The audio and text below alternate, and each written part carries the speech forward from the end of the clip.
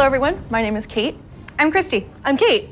I'm Sean. We're going to talk today about Thaldraszus and the Azure Span. So Azure Span is going to be the third zone that players adventure through, and it's one of our biggest zones that we've done in the Dragonflight, maybe even to date. We knew it was going to be like the largest visual elevation change, and it really started with this great concept art. When we first were taking a look at the design, we kept coming back to one of our favorite Wrath zones, which was Grizzly Hills.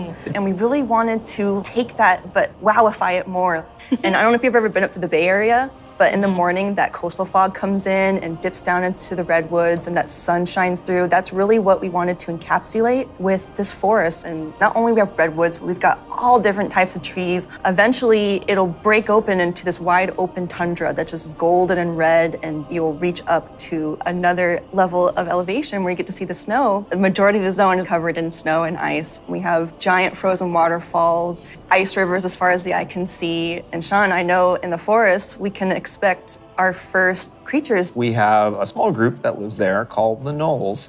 These Knolls are all throughout the forest and Azure Span. They've made this their home. Some Knolls with strange magic that we're going to find out what exactly that's about. Snow Knolls, or as I call them, the Snolls, up in the winter area. And then some regular Knolls that are just going to be around the forest area. So then we go into the big open tundra where we meet our second group, the Tuskar. It's going to be really neat to explore their culture a lot more. And those kids are adorable. I absolutely love the Tuskar. Honestly, all my downtime is probably just me hanging out with the Tuskar.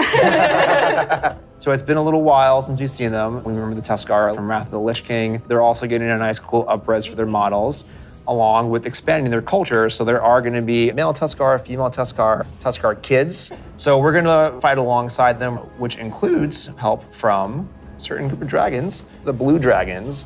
We're going to follow the story of Kalagos, our blue dragon buddy from the Kirin Tor, and he's going to be adventuring into Sindragos' archives. It's a giant zone. There's a lot of surprises. When we're done there, we head over to Thaldraszus. Thaldraszus. It's really incredible because you will be going through some of the previous zones and seeing a lot of ruins for the dragon buildings. But when you get to Thaldraszus, everything is perfectly intact. It's beautiful. It's pristine. It is the seat of power for all 5 Dragonflights and home of the dragons.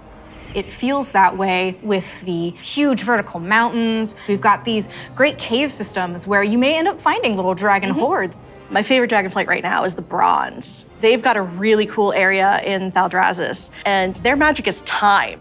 There's so many cool story hooks that we could dig into there. There's so many cool gameplay options. And we have a little bit of an adventure for players. It's gonna be a lot of fun. I can't wait. We really wanted it to feel like their old stomping grounds. One of the really cool features is going to be the main city and player hub for this expansion, Valdrakken.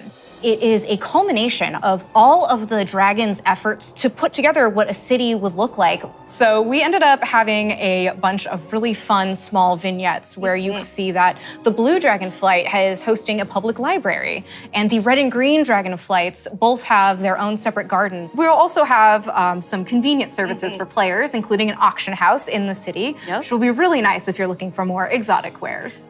The thing that really sold me on Thaldraszus was the initial concept art we got of Tierhold. Oh, yeah. Wow. And this is a 10,000-year-old Titan technological marvel.